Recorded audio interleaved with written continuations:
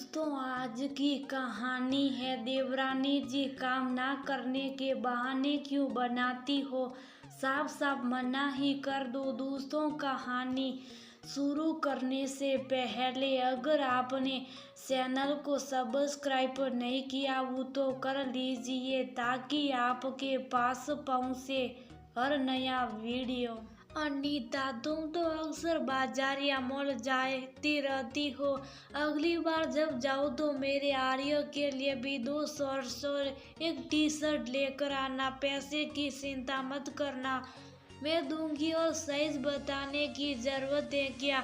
घर का बच्चा है, देख ही रही हो कौन सा सही जाएगा। मुझे घर के काम से फुर्सत नहीं मिलती और इसके सारे कपड़े खराब हो रहे, इसलिए मैं तुम्हें कह रही हूँ। नर्मदा अपनी देवरानी अनीता से कहती है।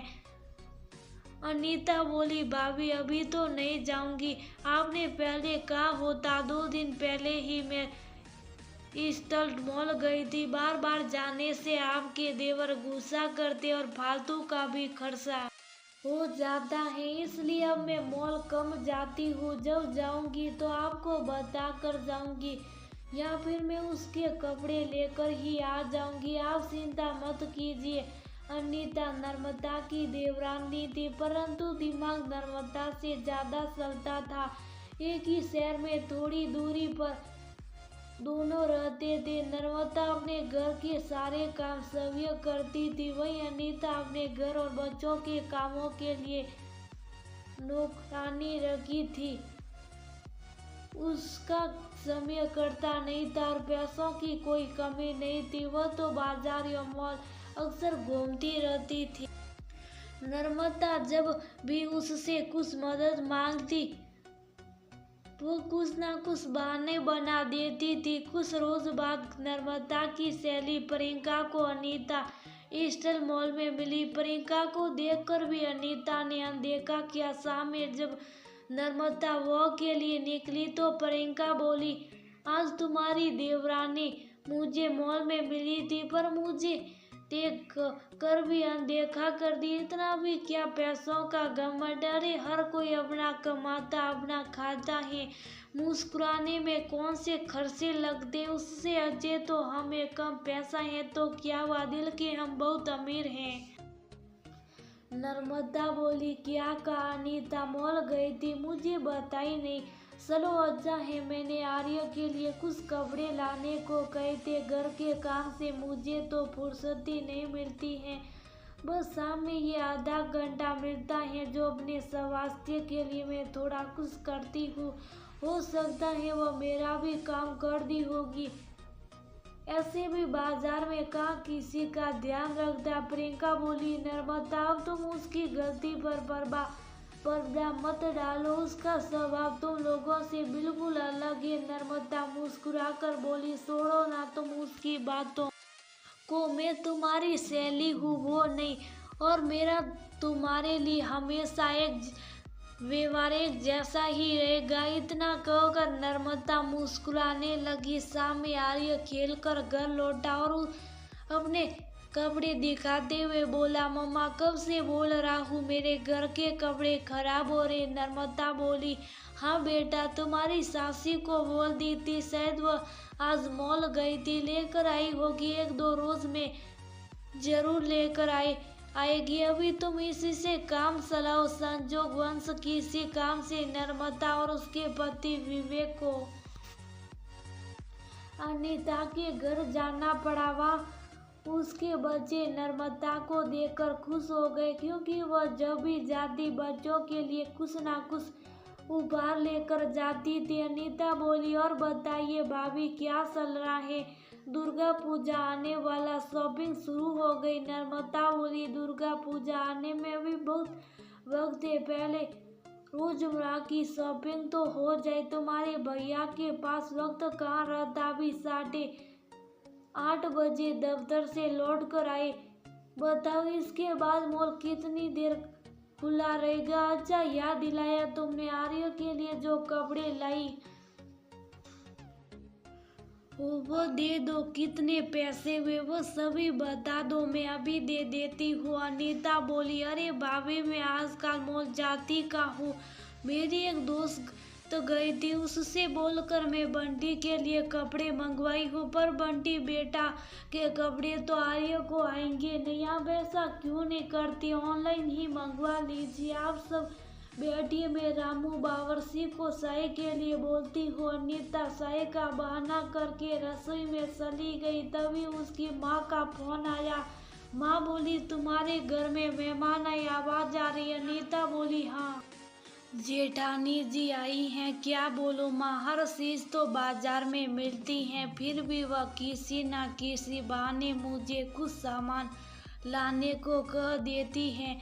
अब बताओ, जब उस सामान के पैसे मांगूंगी तो आपके दामाद जी मुझे सार बातें सुनाएंगे, उससे अच्छा मैंने ना लाने का बहाना बना दिया। विवेक बोले, चलो अब बहुत देर हो गई, बच्चे हमारा इंतजार कर रही होंगे। इधर अनीता के पति विकास बोले, अनीता चाय के लिए बोलने गई, अभी तक नहीं आई। भाभी जरा देखिए। नर्मदा रसोई की तरफ गई और अनीता और उसकी माँ की बातें उसके कानों पे पड़ी। उसे सुनकर बहुत बुरा लगा।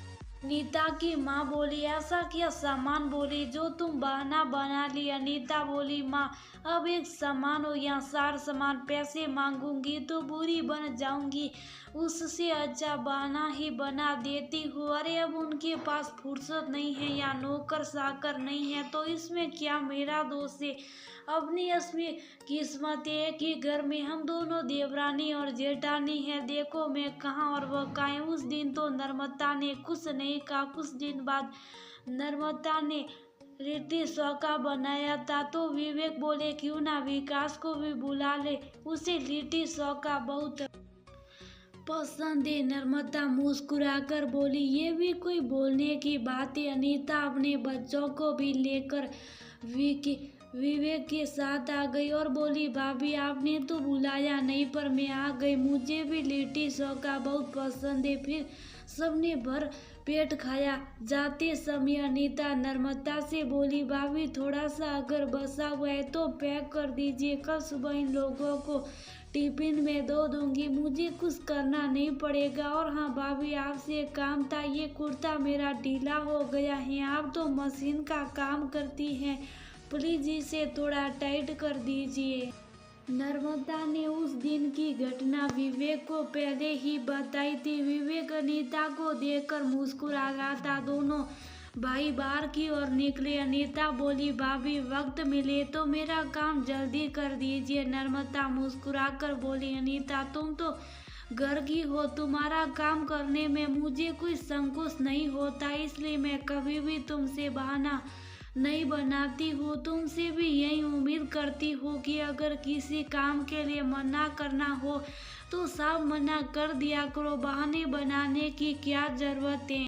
अनीता आलस्य से बोली, भाभी आप ऐसा क्यों कर रही हैं, मैंने कब बहाना बनाया। अच्छा आप उस दिन के कपड़े के लिए बोल रही हैं, सच में मैं मॉल नहीं गई थी। नर्मदा मुस्कुराकर बोली, तुम मॉल गई थी और तुम जानबूझकर आर्य के कपड़े नहीं लाई, क्योंकि मैंने तुम्हारी और तुम्हारी माँ की सारी बातें सुन ली। गलती तुम्हारी नहीं, पैसे देकर भी जब तुमसे मदद ले सकती हूँ तो ऑनलाइन ही क्यों ना मंगवा लो। अनीता के कुछ बोलने से पहले ही नर्मदा बोली, तुम अपने हो इसलिए तुमसे खुलकर मदद मांगती और तुम्हारी मदद कर देती हूँ। एक बात तुम्हें बतलाऊं, तुम्हारे मोहल्ले में भी दर्जी बैठता, कुछ पैसे ही लेगा पर तुम्हारे काम कर देगा, तो अगली बार से अपने काम खुद करना या किसी और से करवा लेना। और हाँ, ये लिट्टी चोखा का डिब्बा किसी के हाथों भिजवा देना, वरना हर बार की तरह मेरे घर का एक और डब्बा तुम्हारे घर में ही रह जाएगा। नजरें झुकाए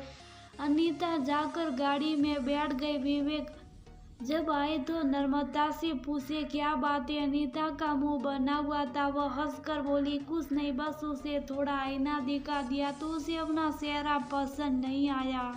विवेक बोले, छोटी छोटी बातों के लिए क्यों मन मेला करती हो, उसकी तो ऐसी आदत है जो कभी नहीं बदलेगी। तुम अपना मन हमेशा बड़ा रखो। नम्रता बोली, अपने रिश्ते के हिसाब से मैंने अपने मन को बहुत दिनों तक बड़ा करके रखा, परंतु दूसरों को आईना दिखाना भी बहुत जरूरी होता। सामने वाला अगर साफ साफ इनकार कर दे तो उतना बुरा नहीं लगता, पर जब घुमा फिरा कर और बहाने बनाए तो ये तो दिल को बहुत चोट लगती है। आगे से ध्यान रखूंगी कि अपना काम किसी और से करवा लूंगी, पर अनीता से कभी नहीं कहूंगी। उस रोज तो अनीता शांत रही, पर उसका स्वभाव बदलने वाला नहीं था। कुछ लोग बस लेना जानते हैं, देना या करना नहीं जानते। उन्हीं में से एक अनीता भी थी। सही, जितनी भी संपत्ति क्यों ना हो जाए, परंतु छोटी छोटी चीजों के लिए दूसरों के सामने बहाने बनाना और अपना काम दूसरे से निकलवाना, यही उनकी आदत में थी।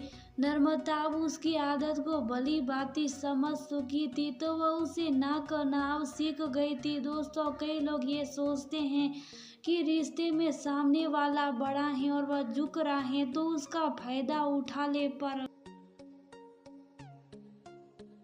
वो भूल जाते हैं कि कई बार रिश्तों को बसाने और लंबे समय तक चलाने के लिए आपके बड़े झुकते, इसमें उनका कोई अपमान नहीं, क्योंकि उसे रिश्ता निभाना कहते। बहाना बनाने वाले से रिश्ता निभाना सीख नहीं पाते और अपनी गर्दन ऊंची करने के चक्कर में